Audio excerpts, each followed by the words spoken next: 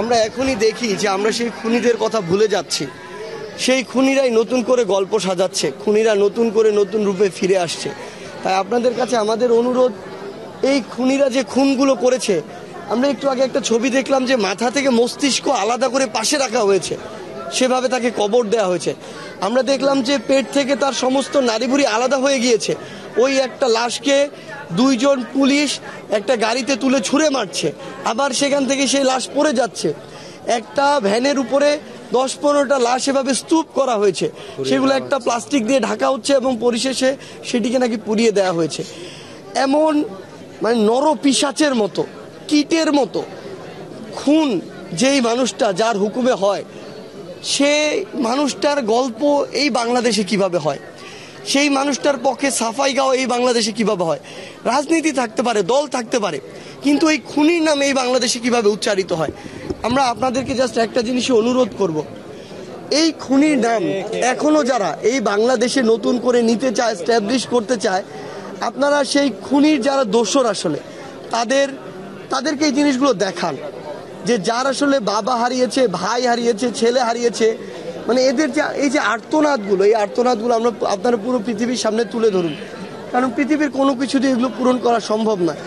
আমরা আসলে ভাই আমাদেরও ইমোশন আছে, আমাদেরও চোখ দিয়ে পানি আসতে চায়, আমরা সর্বোচ্চ কষ্ট করে সেই পানিটাকে আটকে রাখি এ কারণেই যে আমাদের চোখ দিয়ে পানি পড়ে আমরা যদি দুর্বল হয়ে যাই, তাহলে আমাদের এই যে হাজার হাজার ভাই বোনেরা রয়েছে, বাবা মা রয়েছে, তারা তো দুর্বল হয়ে যাবে। আমরা চাইলেও এটা পারি না। আমাদের নিজেদের সবকিছুর বিরুদ্ধে গিয়ে আমাদের চোখের পানি আমাদের আটকে রাখতে হয়। এই বাংলাদেশে মত পার্থক্য থাকবে, দলের বিভিন্ন ধরন থাকতে পারে, কিন্তু যারা এই খুনগুলো করেছে, আপনি এই যদি খুনগুলোর ধরনগুলো দেখেন, এক বাবা আমাকে বলছে যে আমার এক ছেলেকে হত্যা করার জন্য কতগুলো বুলেট দরকার। তার শরীরে 5 থেকে 6টি বুলেট রয়েছে, যেগুলো শরীরে এক পাশ থেকে আরেক পাশ বিদ্ধ করে চলে গেছে। তার শরীরে যে ছোড়রা বুলেটগুলো, এগুলো রয়েছে অন্তত কয়েকশো।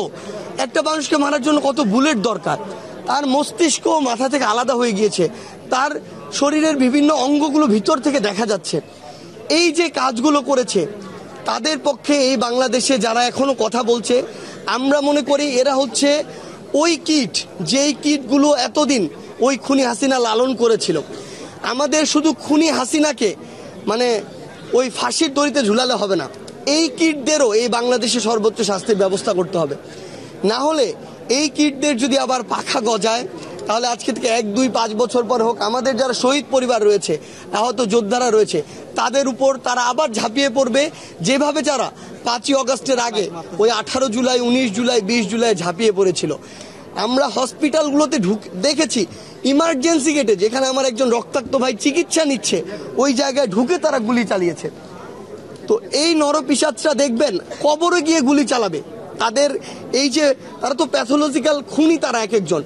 যেই খুনি মানে তার পরিবারের 18 জনের হত্যা নিয়ে 16 বছর ধরে মায়া কান্না করলো, সে যদি এটা মায়া কান্না না করে, সে যদি প্যাথোলজিক্যাল একজন খুনি না হয়, তাহলে তো সে 2000 খুন করতে পারতো না।